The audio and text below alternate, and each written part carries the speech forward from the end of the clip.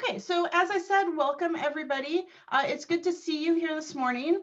I will say that if you do have questions, please go ahead and just ask them. Go ahead and kind of interrupt and ask a question. There'll be time for questions at the end, but I know sometimes it can be hard to save those questions. So I'm happy to have you ask questions along the way if you'd like. Okay, so today, obviously, you're here for the thesis and dissertation day. So just another quick review of our agenda. We'll be here from 11:15 to 12:30, and then you'll have a half-hour break. There'll be a break between this session and session 1. And then at 1 o'clock, session 1 will be offered by 4 of our wonderful lecturers at the University Writing Program. And then there'll be a break between those 2 sessions, between that session and the second session from 2:30 to 4:45, so a bit shorter of a break, a 15-minute break. And then at 2:45, our final session will start with, I think there's 1 session that on literature reviews that is repeating, but otherwise there'll be 3 new sessions there. But you should have registered for whichever sessions you want to attend during those 2 sessions, and you should have gotten the Zoom URL for those as well when you registered. So I would usually credits and thank yous go at the end, but I want to make sure that we do get to this, and so I wanted to do this early on. I wanted to thank Melissa Bender, who's our Writing Across the Curriculum advisor, and she coordinated Thesis and Dissertation Day with the help of several others. So also like to thank Teresa Dillinger, the director of Grad Pathways Institute, who makes this happen.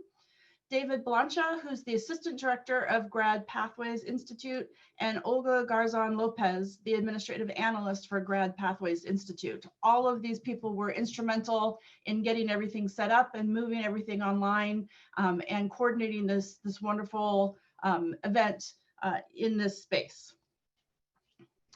So I wanted to talk a little bit just to introduce you to the idea of what we do as a graduate Writing Across the Curriculum program, because I think we'll be talking about some things that will help you, but I think there's also services that are available to you that you may or may not be aware of. So I wanted to just talk a little bit about what I'm the director of, essentially. So graduate Writing Across the Curriculum. Writing Across the Curriculum is focused on the notion that writing should be integral to the learning process. It's based on the premise that writing is highly situated and tied to a field's discourse. So we learn better and we learn specifically in our areas through writing more. It promotes engaged student learning, critical thinking, and greater facility with written communication, and it provides resources for graduate students and faculty across the UC Davis campus. So our graduate writing services include several different things that you can take advantage of. One is writing consultations. We have writing retreats. We have writing workshops. We have something called the Writing Partner Program and something called the Certificate in Writing Theory and Practice. So the writing consultations are one-on-one consultations that you have the opportunity to sit down with a fellow graduate student who has been trained by us to help with your writing. You can engage in conversations about your writing. You can receive feedback in your writing. We can help you identify patterns of error. We can help you just kind of work in a very low stakes place on your writing, because I know a lot of graduate writing feels and is very high stakes, but especially when it comes to the thesis or dissertation. The one thing I will say is that we don't proofread. We're not an editing service. There are services available for that, but they are pay-for services. On our website, we have a section called Online Sources, and you can find some information about those kinds of services. But you can make up to 6 half-hour appointments every quarter to help work with your reading or with your writing. I'm sorry. We have 6 great writing consultants from across the disciplines. So my guess is that you would be able to find someone who is at least, if not right in your field, adjacent to your field to help you with your writing. And you can see the URL there at the bottom for that. We also have writing retreats. So these are opportunities for graduate students and postdocs to dedicate time to writing. The retreats are 3 hours long and they're hosted by a writing fellow. In this situation, writing fellows are available for quick drop-in minimal services for consultation, but it's not meant to be a really intense 3-hour one-on-one with a consultant. It's really coming to a space where everybody is dedicated to writing and working on your writing. The retreat times are available on our website.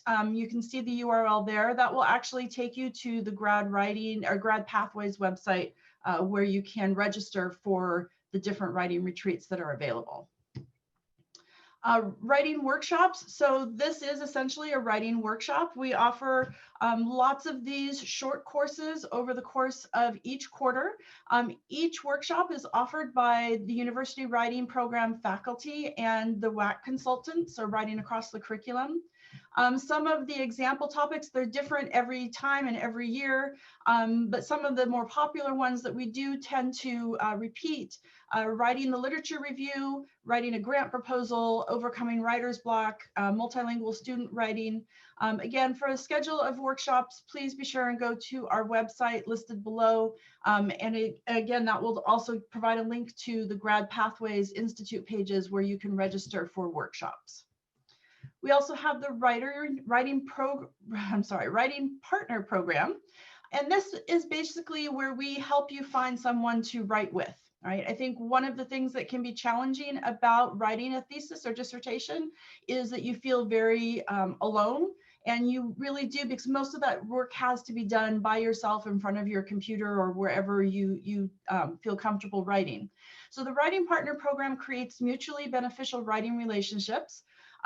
So what we provide is matching services. So you can sign up for this service and let us know what your commitment level is. And by that, I mean daily, weekly, monthly, quarterly, how often you'd like to meet with someone.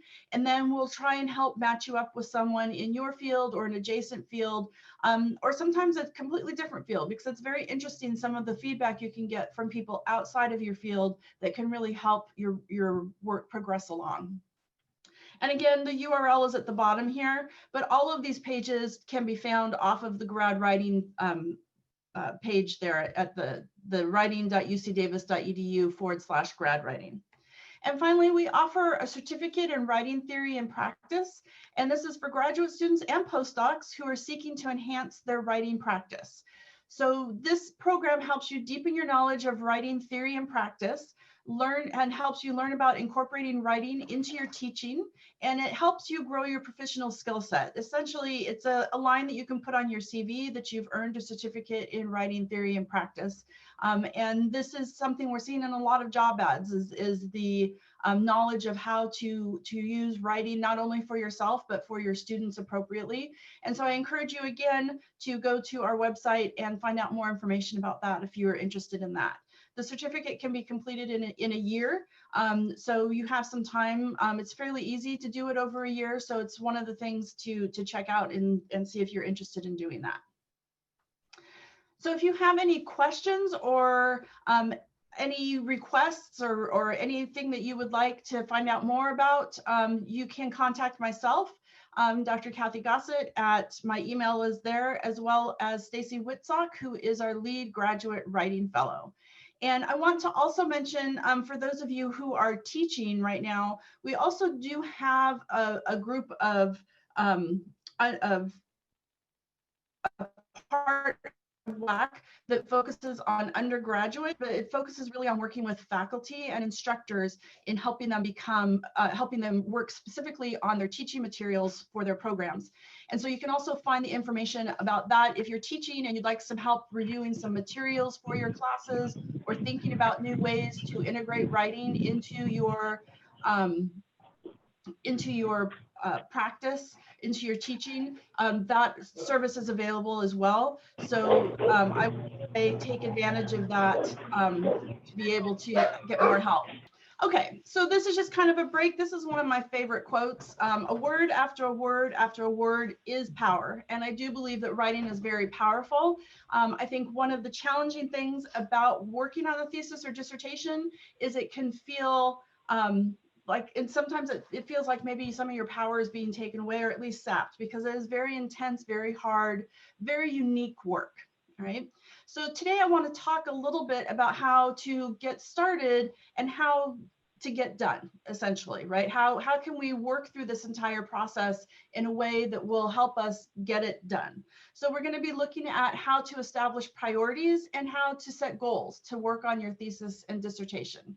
So I do want to remind everybody, as it says in the little blurb about today's presentation, I will be asking you to do some work. So hopefully you have some paper and pen or pencil, or you can work on an iPad or into your computer, on your phone even. But let's go ahead and get started. So in our session, we'll be looking first at how to establish priorities for our work. We'll reflect a bit on your available resources to facilitate that success. We'll talk a little bit about beginning to draft a mission statement for your project. And then from that mission statement, how to help you set some clear goals and also some ways to achieve them. And we'll begin also thinking about how you may design a work plan to get moving on your dissertation. Now, I'm going to focus specifically here on the writing part of the projects, but a lot of the things that I'm talking about today can also be used for beginning a project. It can be used for data collection. It can be used for data analysis, right? All of these things are transferable. I'm just going to be focusing today most specifically on the writing end of things. So the first thing I'd like you to do, we're going to try and figure out some of our priorities. All right. So what are your priorities right now? And I don't just mean around your thesis or dissertation, but I mean just in everyday life, right? So you see here on the screen, I have a square that's divided up into four rectangles, and they're each marked, right? So at the top we have urgent and non-urgent, and on the side at the bottom it's not important, and at the top it's important. So what I'd like you to do is just take a few minutes and place 3 to 4 daily or weekly activities. You can think about this at either level, both academic and non-academic, into the following quadrants, right? So for example, I would put in mine important but not urgent, walking my dogs. I have 3 of them, they need lots of exercise, right? So that would be an example of an everyday. In important and urgent, I would put revise the book chapter I'm working on right now, right? So a really important, right in the front of my mind, I must get it done very quickly writing task. So I'm going to give you about 5 minutes to fill this out, and then we'll come back and talk a little bit more about it. And if you have any questions about this, please let me know. Okay, so that's about 5 minutes. So how did that go? I said it was a little bit challenging because I felt like things sometimes felt in between the different quadrants. Okay.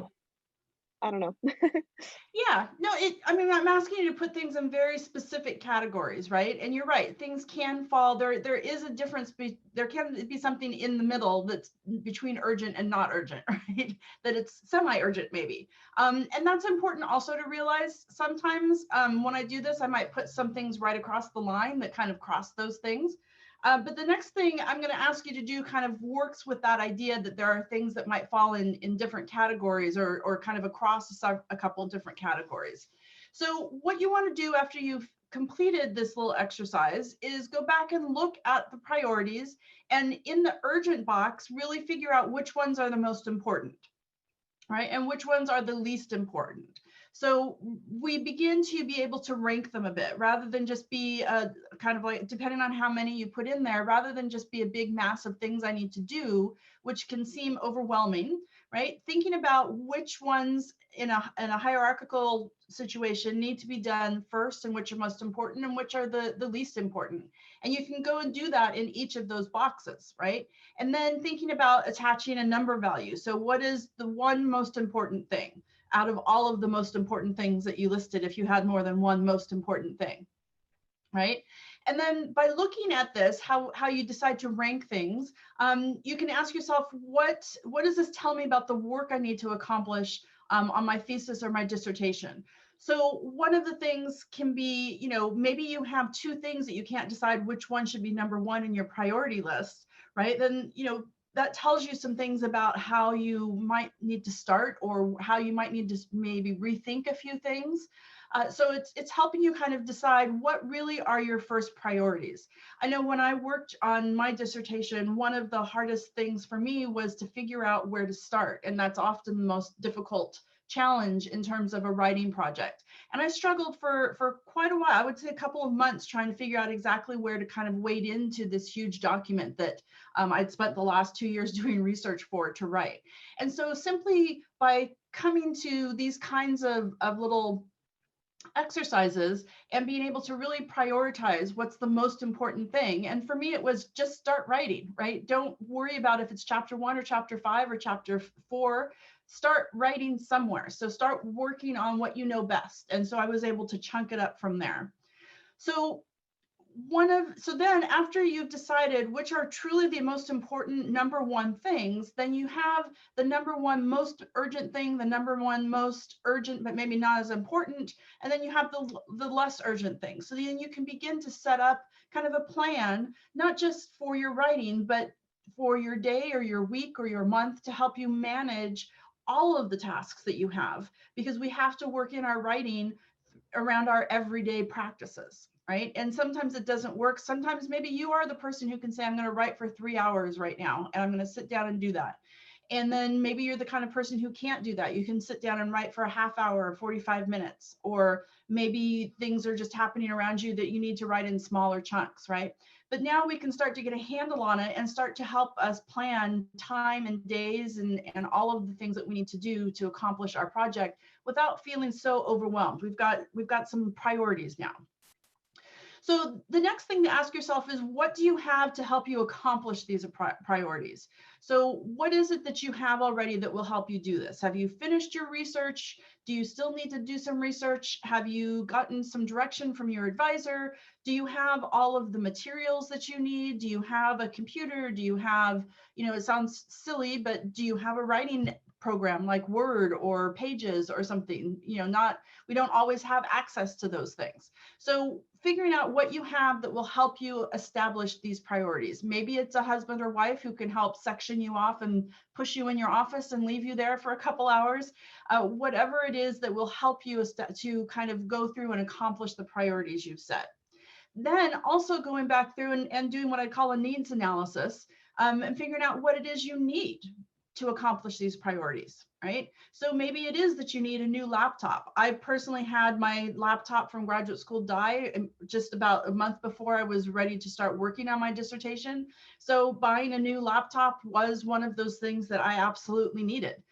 Maybe you need some assistance getting started. You can make an appointment with one of our writing consultants and they can help kind of brainstorm with you and talk things through.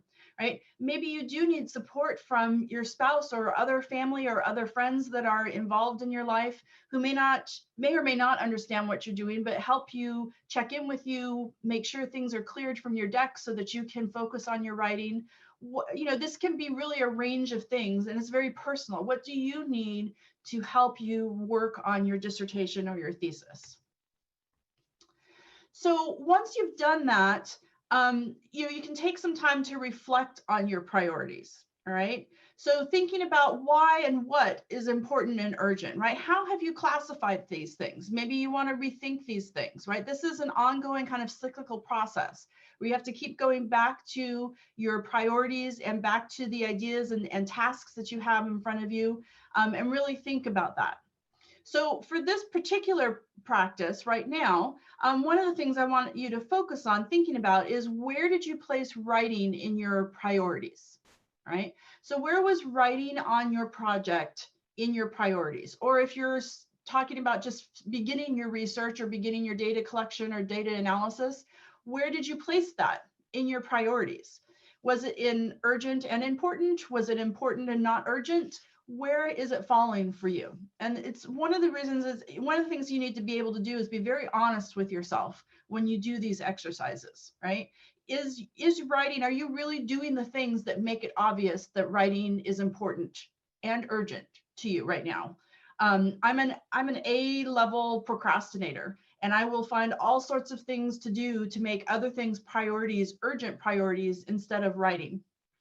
Sometimes when I need to sit down and write. So really being honest with yourself and then going back and reflecting.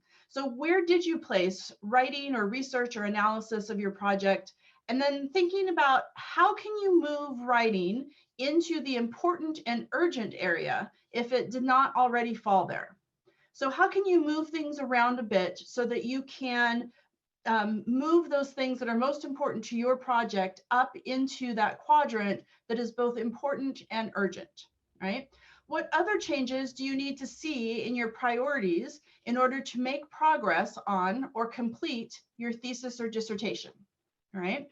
So I want you to really think about that. And I want to have you have a discussion with a couple other people here, because sometimes talking to people when you are setting these priorities can help you really solidify things that are important to you. And also you can get ideas from other people about how they're doing things, right? So I'm going to put you in small breakout groups, about 4 of you in each breakout group. And I'd like you to spend a few minutes just talking through this last question. Where did you place writing in your priorities? How can you move that into the important and urgent area if it wasn't there? And then even if it was there, what changes do you need to see in your priorities in order to make progress on or complete your dissertation or thesis? All right. So I'm going to give you about 5 to 6 minutes. Again, I don't want us to spend this is not obviously like a class where I want you to spend a ton of time, but I do want you to spend a few minutes talking to each other about how you're doing and where you came up on this list of your priorities. Welcome back, everybody. My apologies. I actually was trying to move someone into a new room and I closed the breakout rooms instead. My apologies. But rather than start all over again, I thought we would all just go ahead and come back and we can move on. So how did that go? Did anybody learn something new or figure out how you can maybe readjust some priorities?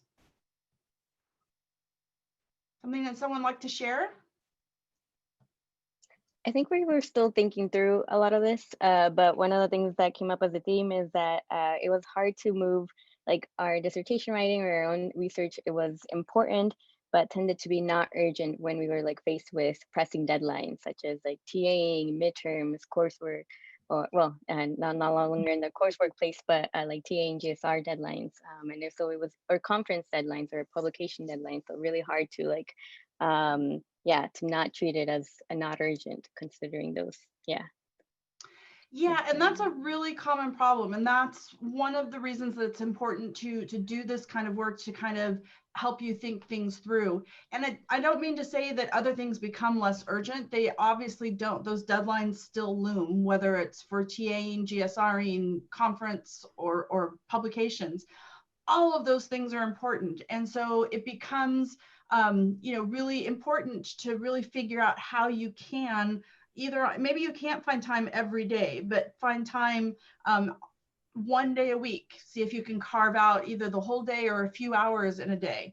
And it's a very big challenge, but I think also acknowledging that this is a challenge and bringing it to the front of your mind. It's very easy, at least for me, it was to be able to push my dissertation to the back of my mind because of all of those things, right? I was teaching and publishing and things like that during the time I was working on my dissertation as well. And some of the things I published were worked into my dissertation, so that helped in a way, but not always. And so just bringing these things to the front of your mind can be an important first step in trying to find that time and trying to carve out that time and actively do that, rather than just hope that time falls into your area, right, into your lap that you can spend on that. But I'm not going to say that it isn't a challenge. It absolutely is. I am single, and so I don't have many of the other commitments that other friends of mine in graduate school had with spouses and children and other things. And that just increases things even more. But even for myself, it was hard to find time with amongst all the things that even I had to do as a student and as a person to be happy and live a happy life at the same time, right? It's one of those things that you have to, you have to work at to try and find that balance. And so hopefully some of the things that we're talking about today will help you be able to do that. Maybe not perfectly, but hopefully it will help you somewhere along the way in getting things moving, right? So let's go back to the presentation. So now we're moving into kind of doing some thinking about what are the things we need to help you to complete our projects, okay? So one of the first things to do to kind of move, once you've set some of your plans, right? You set some of your priorities, then we need to kind of start to think about where am I, right? Measure things like where am I in this process, whether it's writing or another part of the dissertation. So one of the next things that I'd like you to do is to take a few minutes, and I'm not going to ask you to fill this out necessarily, but just think through some of these things, right? I'm only going to give you a couple of minutes. So take a few minutes to complete a table of what you have and what you need around the different aspects of your thesis or dissertation. So these are just examples here. So if you're working on data collection, what do you have? Do you know where you're going? Do you know what kind of data you're going to collect? What do you need? Do you need to still do your IRB, right? So it can be really small little things. And this could, if what you're working on right now is collect data, all of these items could be around collecting data, right? But things like your literature review, you've done an outline of your literature review. Now you need to write a draft, right? Or your second chapter. Maybe you finished it and you're waiting on feedback from your advisor. So what do you have to kind of help you accomplish these urgent and important things? And what do you still need? So take a minute or two and think about that. Okay, so is there something, would somebody like to share with us what was at least one item that you identified, and what are the haves that you have and what are the needs that you have around that one particular item?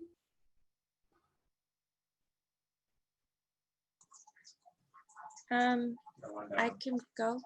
Okay, great, Kayla. I have to really do data compilation. So my 5 years of research, I need to compile all that data in a certain way. Mm-hmm. And it's a very intimidating process. And that's mainly the reason I haven't worked on my dissertation, to be completely honest. So, so I have the data. It's in my computer. It's in a variety of different folders, but I need a way to organize it in an efficient, effective way where I can reference back to it as I'm writing and easily get the data from like one place. Maybe I think that would help me. So that would be what I need. Okay. It's just an effective way to organize. So is that need? I guess the next step would be to ask yourself how you get that thing that you need. So is that something that there's a process out there already you can apply? Do you need someone to help you with that? Is it a matter of sitting down and just doing the organization yourself? Where does that fall in that need? It's really just something I need to do myself. Okay. I need to just sit down and get the motivation to just open up. Maybe I like use PowerPoint, so maybe like open it up and have certain sections for each experiment or something. It's just something I really need to do myself. It's just yeah, the motivation to do it. Yeah, it's very daunting, and that's why I haven't done it. I mean, 5 years of data collection, you know, that's a lot. I can only imagine how much data that is. So yeah, and finding time. So, you know, I don't have really any great advice about how to do that, but to really start to identify what is it that you need to do and how can you do it. So going back to, since you've identified this as a need, it's something urgent and important, maybe go back to that beginning kind of task we did and then go through and figure out how you can break it up into just pieces or rank the important things, right? So like I said, this is all a recursive process to try and move between these things to help you bring all of this to the front of your mind. Anybody else have something that you'd like to share from this particular task?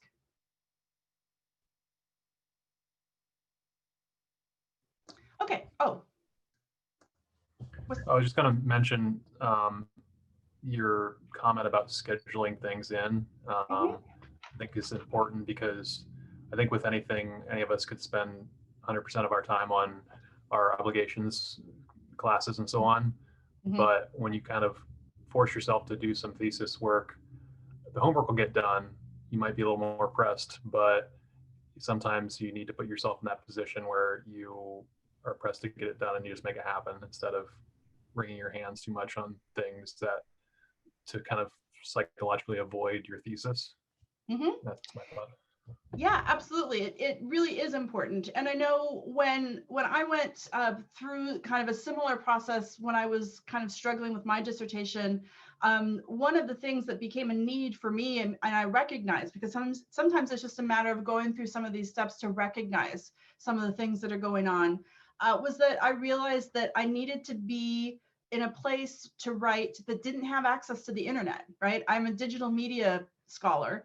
And so working on my computer in my home or my office where I could click over and look for something really quick on the internet and just get lost in that whole kind of down the rabbit hole, right? So I actually had to find a place, which ended up being the 10th floor of our library at Illinois, and in the very back corner where Wi-Fi didn't reach. And that's where I went to write, and no one could, I turned my phone off. Cell phones did work there, but I turned my phone off. I had no access to internet. And so the only thing I could do was sit in that little cubicle and write and look at what I have. And so sometimes, the needs are not necessarily things you need to do with your data or you need to do with your writing, but how you accomplish those things. Where do you need to be? Not just what do you need, right? So yeah, and all of those needs are very individual, right? Everybody is different. Everybody writes in different places. I have friends who finish their dissertations in coffee shops, and that's where they write. I can't focus with that kind of noise around me. So everybody is different. Everybody's writing process is different. All right. So the next thing to take an inventory of are the things that you can and the things that you should not do. All right. So what are your strengths? Thinking about what are your strengths in getting writing or research done? So those are your cans. And what do you criticize yourself for not doing, or those things that you should not do? Self-criticism, it's part of our, we all do it, but it's nothing that's going to help you with your writing. So for example, here in this list, I have under my cans, I can write a lot in concentrated chunks of time. I can be creative and inventive. I can identify useful resources. I can make lists, right? So even making a list makes this list. I'm a good list maker, so I'm going to put that on my list of cans. The should nots. I shouldn't get easily distracted. I shouldn't fail to allocate enough time for writing. I shouldn't write in isolation, might be for some people. I shouldn't wait for inspiration. I shouldn't wait for that, thunderbolt from the sky to give me inspiration. So take a couple of minutes to just think about some of these things and make a really quick list, maybe just a quick bulleted list under each of these. What are things that you can do really well that would affect your dissertation or thesis? Data collection to writing. What can you do really well?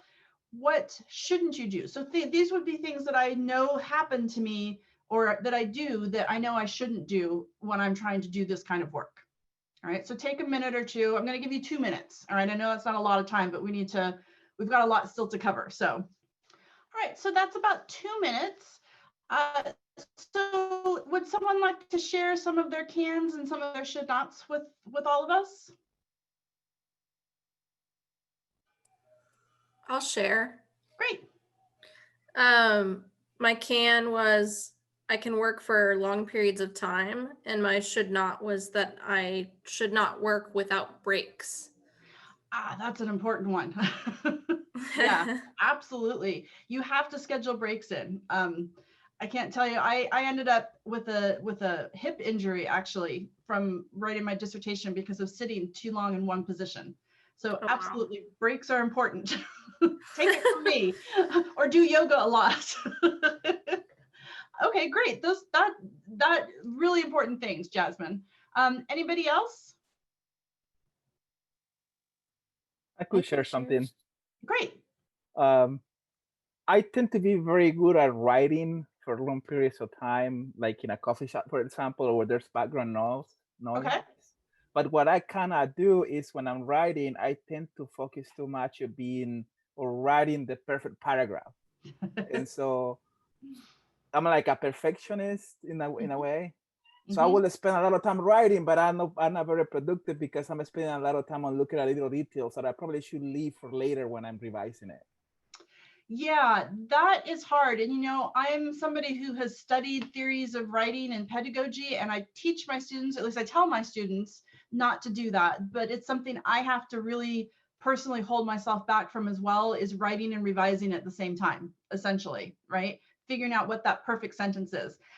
I have to say, I probably wrote the first paragraph of my dissertation, or the first paragraph of my introduction, my introductory chapter, maybe 30 times. And I mean, I didn't move beyond that. I spent probably a month and a half on that first paragraph.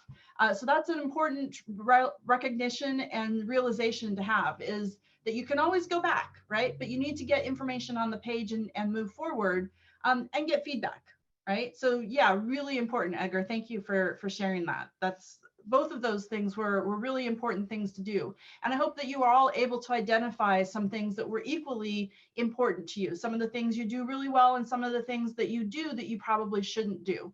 And again, this is all about bringing it to the front of your mind. So it's not something that is just kind of an ingrained, this is how things are, right? To really think about, if you really need to work in isolation and you're trying to work in coffee shops because you want to be out with people, right? Then one of the should nots that you have to realize is that you don't work well in coffee shops. So you need to find some place that you can be maybe out, but private as well. So things I to had a think about. question come up Yes. about what you shared. So one of the things that come up for me is that I can write and I'm starting to do a lot of the writing, but I'm realizing it's a little bit hard to get feedback now, because I'm realizing what works for me or what style is that I'm kind of fleshing out all parts of my dissertation. So I'm doing a little bit sometimes on the literature review, and when I feel stuck, I move on to my methodology, or when I'm done or stuck on my methodology, I move on to my theoretical framework.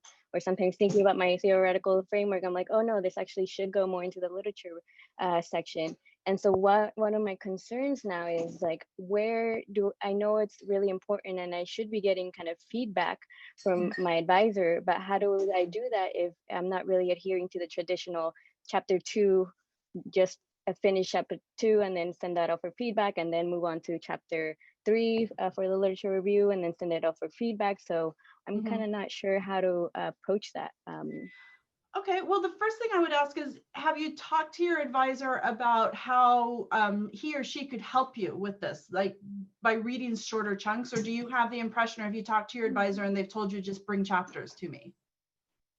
No, I guess that's what I hear reoccurringly from students, sending the chapters, but yeah, Right. that's a good point. I think one of the most important things is to have really kind of frank and honest discussions with your advisors and let them know what you need and let them tell you whether or not they can provide that.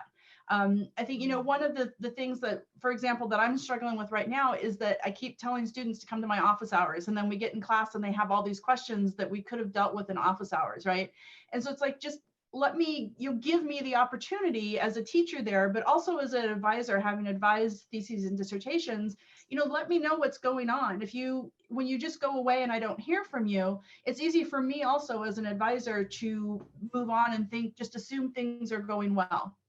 So having a frank discussion, and if you do end up with an advisor, and you know, your faculty is incredibly busy. So it's possible that they just don't have the time to give you the kind of feedback. I think there's a couple other mechanisms. One would be making some appointments with the writing graduate fellows or the graduate writing fellows. They're happy to look at any piece of writing, you know, even a couple of sentences to a full chapter. Right, so that's kind of, and it's free. So I would suggest that maybe taking some of your work, and they can also help you talk through some of that organizational issues that it sounds like you might come across in your writing. The other place I might suggest would be the Writing Partners program, where we could hook you up with someone if you don't have friends or other colleagues in your field who are doing the same kind of work at the same schedule as you. Finding a community within which you can write is important, I think. And even still, as a faculty member, I have people I meet with every couple of weeks who hold me accountable, and they look at whatever writing I've produced in that time period and give me some feedback on it. And I would never have finished my dissertation without a group of those kinds of people around me as well. None of us were working on the same topics in our dissertation, but we were all, you know, in the process of writing our dissertation. And so we carved out a week every, or I'm sorry, not a week, an hour or two every week that we met in a coffee shop, and we would have read what we sent each other the night before, and we can all discuss it.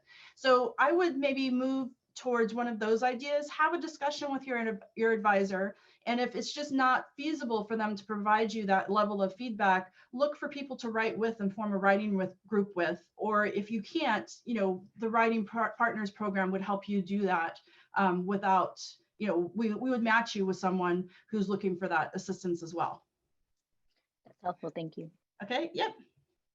Okay, so now that we've done all of these kind of inventories of things and deciding what's important, the next thing that is important, somehow I got out of here, there we go, is to write a mission statement. Now this might seem kind of silly, and this is something I bring with me out of industry. So before I went back to graduate school, I worked in the IT industry down in the Bay Area, and all of our teams, no matter how small the project was going to be, started with writing a mission statement, right? So this is something that can guide you. You might think about it as like a resolution in a way. It's kind of that same kind of language, but something that will guide you for a couple of months, a year, 2 years, 3 years, right? Mission statements don't have to be these monolithic statements that an institution uses for years and years and years, right?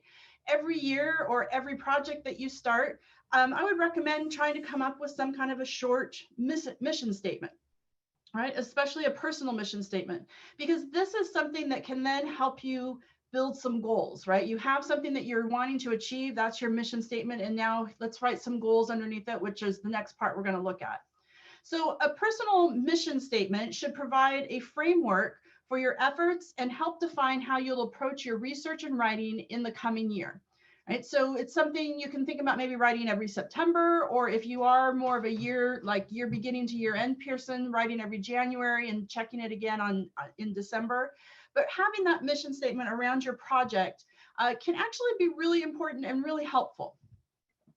So what should a mission statement do? So it should answer the following 4 questions. What do you do? So what is it that you're doing? How do you do it? Whom do you do it for? And what value do you and your work bring? All right. So, and I think for me, when I was writing, and still when I work on articles, whom do you do it for? Right. So who is it that you want as your audience? Is it, you know, it could be working for yourself when it comes to a dissertation to getting your degree. It could be working for someone in your family. It could be working for the field in general. Who is it that you're doing this work for? And what value does your work and you bring to this whole process, right? What value does your work bring to the field overall? So just to share my mission statement, I do this at the beginning of every academic year. I write a mission statement for my year. So here's mine. I will support my students, both graduate and undergraduate, by continuing my education through studying the scholarship of teaching and learning and putting those theories into practice. I will continue to mentor students and advocate for them at all levels. I will seek to provide opportunities for students to improve their writing and research by continuing to design and develop innovative technologies to assist them in their academic endeavors. All right, so at this point in my career, I am focusing mostly on teaching, right? I'm a lecturer, and so teaching is very important, which obviously comes across in that mission statement, but I also do work and do user experience work and do design work, and specifically around educational materials. For example, one of the projects that I've just wrapped up is working on a system to deposit born digital dissertations, not just dissertations that have some pictures in them, but dissertations that must be viewed online and are interactive in some way or the other. There really isn't a great place to deposit those and maintain them. And so we've been able to figure out a place to deposit them. The maintaining step is still important, but that's an important part of my work to support my students, I think, is to build these systems that help. So this is an example of my 2020 mission statement. So I want to give you a few minutes, and I want to go back to the previous slide, and I don't expect you to come up with a mission statement in the next couple of minutes, but just answer these questions. So to start writing a mission statement, what do you do? What is it that you or your project is doing? How are you doing it? How is your project doing it? Whom do you do it for? Whom do you do the project for? And what value do you and your work bring? So I'm going to give you again 2 minutes to just kind of jot down some answers to those 4 questions that could then help you move into the next step of writing a mission statement. Okay, so that is 2 minutes. Again, I know not a lot of time here for those things, but I hope you're able to come up with some answers to those questions and that you'll spend some time using those answers to actually end up writing yourself a mission statement for your project.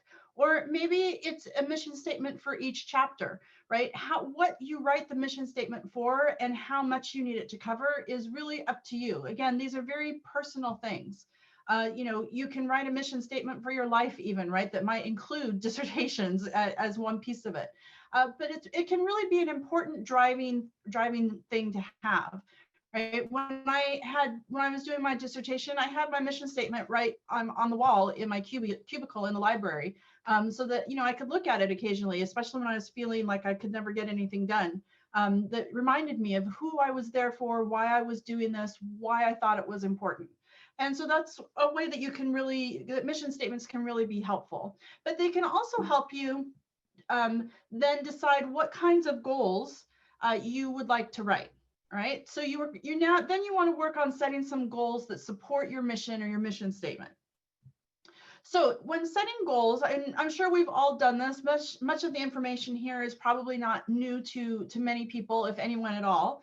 But some kind of tips about what make goals really helpful in terms of writing them and making them be achievable, right?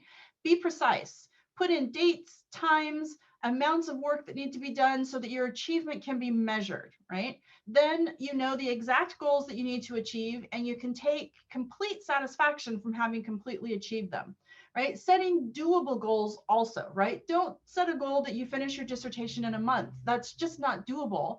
And you're going to get worried and you're going to get upset and you're going to be down on yourself. So you really want to write goals that help you lift yourself up by knowing that you've accomplished something. Even if a goal is simply to have written 500 words a day, right? If you write 500 words a day for a week, you can feel great about yourself because you finished 500 words. Now, I'm not saying 500 finished words. I'm not saying 500 perfectly crafted words. I'm saying 500 words, right? And you can be happy about that and accomplishing that. And it moves you on to the next task that you need. Maybe it's writing 1,000 pages, right? Or I'm sorry, 1,000 words, not 1,000 pages. Hopefully dissertations are not 1,000 pages long. But to really be precise and make sure you're biting off chunks that you can really accomplish in your goals. Setting priorities, where you have several goals, give each one a priority. This helps you to avoid feeling overwhelmed by too many goals and helps direct your attention to the most important ones, right? So this goes all the way back to the first exercise we did. What is the most important and urgent thing, right? What is the second most important and urgent thing? Right? Or how you want to work goals for all 4 of those categories into your overall goals. Record your goals. It's really important to write them down, not just think through them, but really write them down so that you really remember and you can really measure yourself against something rather than thinking, well, I'm going to set myself a goal to write every day. Well, okay, at the end of the week, you can say, well, maybe did I say every day? What did I give myself?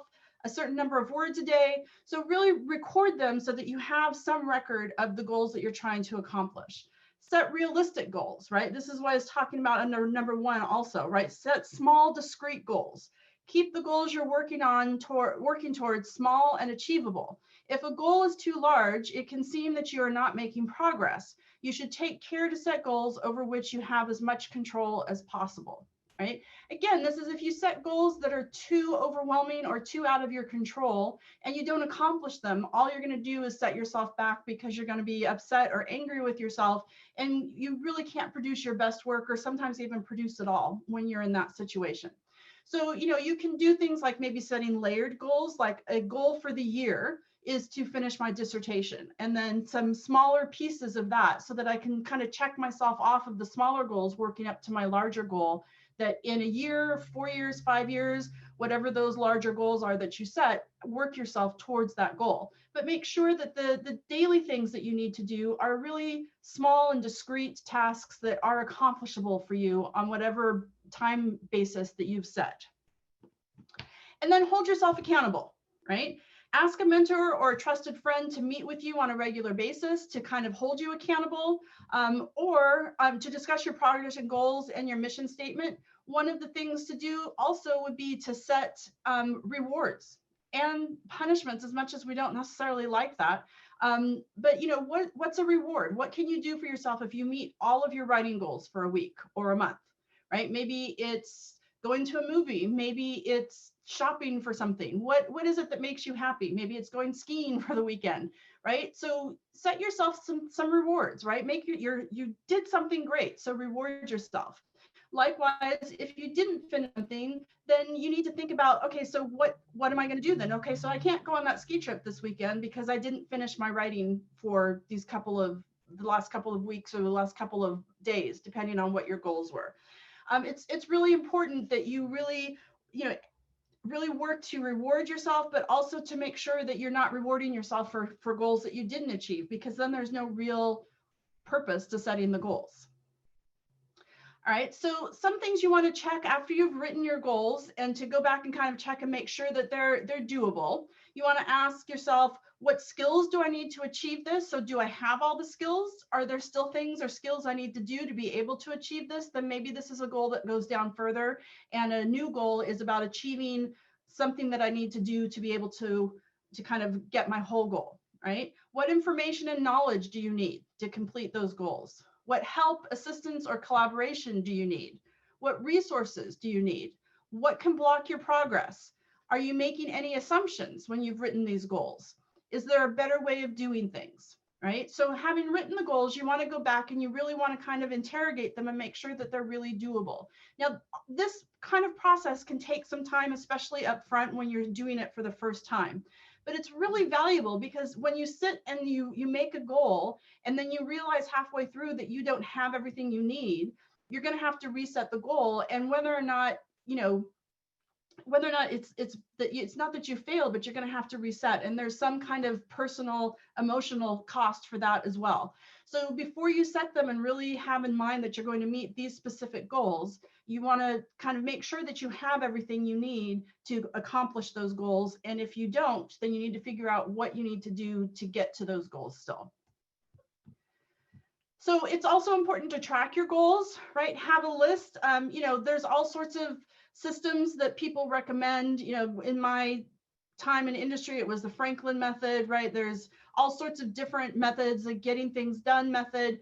Whatever method you choose, even if it's a simple Excel spreadsheet, track your goals. Let yourself know that you're accomplishing something. It can be incredibly fulfilling to go back and see all of these goals checked off at the end of a month, or at the end of a year, or at the end of a chapter, right? So again, this is about not only keeping yourself accountable by tracking them, but also giving yourself a sense of accomplishment, right? Writing a thesis or dissertation it takes an immense amount of time, and you can get really lost in the feeling like nothing is getting done when you actually have done a lot of work, but maybe you're just not seeing it on the page. Or maybe you've done a lot of writing, but you're still not at the point where you're ready to say that this project's almost done, right? But you can go back and you can look at your goals, the things that you've done to get yourself to the place where you are, and keep yourself on track, make yourself feel good. You can set yourself up, again, rewards on this kind of a system too, right? Once I've accomplished 3 goals, 5 goals, 8, 10 goals, I'm going to do something for myself or my family, or whatever makes you happy. And you want to also make sure that you spend some time reviewing your goals, right? So the Franklin method, right, said every Sunday night you should sit down and do something. And yeah, I was trained in that, sorry. I don't really believe in the Franklin method, but whatever day of the week or whatever couple of months or a month, however you decide you want to sit down and kind of go through and review your goals, whatever time length works for you, you want to sit down and go back and review them, right? You want to think about, for example, here in the top line. So my goal, one of my goals is to write from 9 to 11 on Mondays through Fridays. All right. So what are things I need to do to create this or to accomplish this? I need to turn off the internet. I need to not edit or proofread while I'm writing during those times. To prepare for that, I need to clear my desk the night before. I need to answer emails before I start or after I start, not, so that I'm not worried, maybe before, so I'm not worried about them. What's my beginning and ending date, and evaluate them, right? How close am I to accomplishing these goals, right? So, here you can see in the evaluation, this is like a weekly goal, right? It's something that kind of, it's from December 15th to June 15th. So it's not something I'm measuring on a week basis, but it's an ongoing goal, right? So week 1, I did 90% of this. Week 2, I did 50% of this. So you can, again, see how you're doing, really see that forward momentum in your project. So some strategies to achieve your goals, again, just to kind of review, thinking about approaching your goals mindfully, right? Create healthy and productive practices and be mindful of self-care. Don't just set goals for your work, right? Set goals, or at least set yourself some rewards that help you take care of yourself, right? I know so many people who get really ill writing their dissertations or their theses because they just focus on nothing else. Get out, exercise, do something. Remember yourself in all of this. Don't become your dissertation. Be yourself, and your dissertation is a product of yourself. Use resources to facilitate your progress, right? So both on campus and off campus. And again, on campus resources, Grad Pathways provides lots of wonderful resources. So if you're not sure about what campus resources you have available to you, I would start there and look at their website, or start at the grad writing website and see what resources we have that can help you with this. Don't work in isolation. So even if you do have to work really in a closed off space like I needed to be able to really focus, don't do that exclusively, right? Have a group, have people that you report to, have people that you can go out and have a drink with even, right?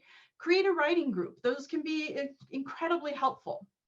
Set up routines that lead to habits. I think, what is it they say, you have to do something 30 or 31 times or 40 or something in that, somewhere in that number, to create a habit. So if you've got a habit that you need to break, set a goal. Again, small, discrete ways to break those goals. Build in rewards and punishments. Again, that's important to be able to keep yourself moving forward. So on the previous slide, when I talk about approaching writing mindfully, some of the other things to think about and to do is to take care of yourself, right? Be healthy, continue to be healthy.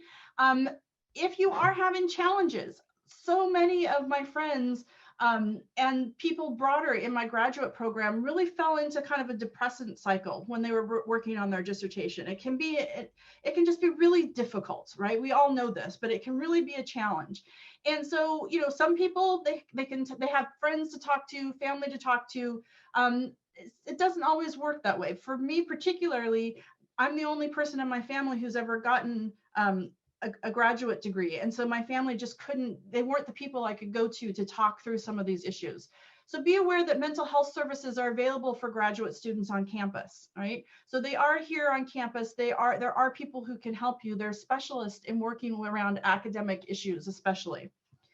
Support your physical health, go to the ARC, go to your gym, whatever you've decided to do, get out and move your body. Don't just sit in one place. Like I said, I got a hip flexor injury because of the way I sat for so long in one place while I was working on my dissertation. So don't, do more than just sit in front of your computer. Quiet the negative self-talk. That one's challenging, but it's important, right? You're here because you can do this. You're here because you're incredibly intelligent and you had a purpose and you really can do it. as long as you have all the tools and things that you need to be able to accomplish these things. So, you know, you're here at UC Davis in a graduate program because faculty here saw promise in what you're doing and saw promise in you. So, you know, there's nothing to be negative about in terms of yourself. You need to just remember that and to be able to not continually tell yourself that you're horrible or you're awful or because you didn't finish, you know, so many words or so many chapters, right? So, and this takes, you know, it takes the writing, you know, health, you know, facilitating your own health, all of those things to help work on that.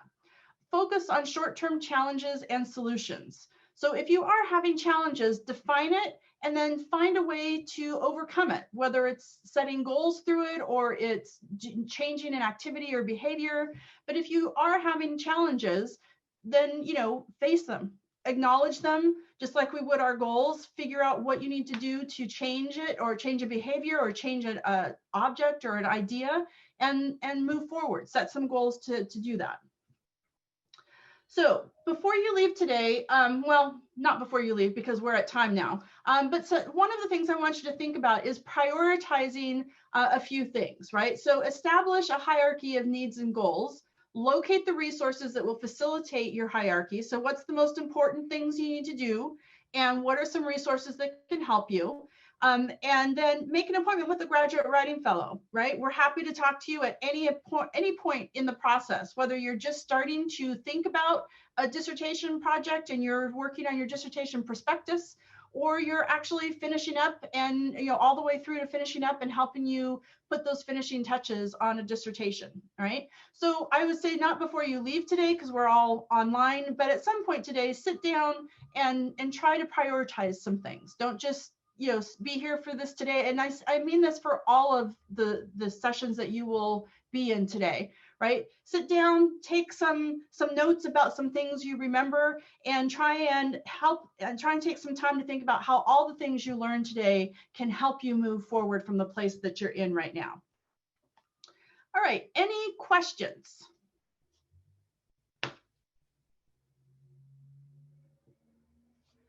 Okay, if you do have questions, I am more than happy to talk to you about or to answer any emails from you. So please don't hesitate to reach out. Again, you know, this session will be online, and so you can find information about my email or the Graduate Writing Fellows email there or on the website, the UWP, the writing.ucsd, I'm sorry, San Diego, that's where I went, writing.ucdavis.edu/grad writing, right? And take advantage of all of those resources and my contact information. And so is there, as well as Stacy, our lead grad writing fellow.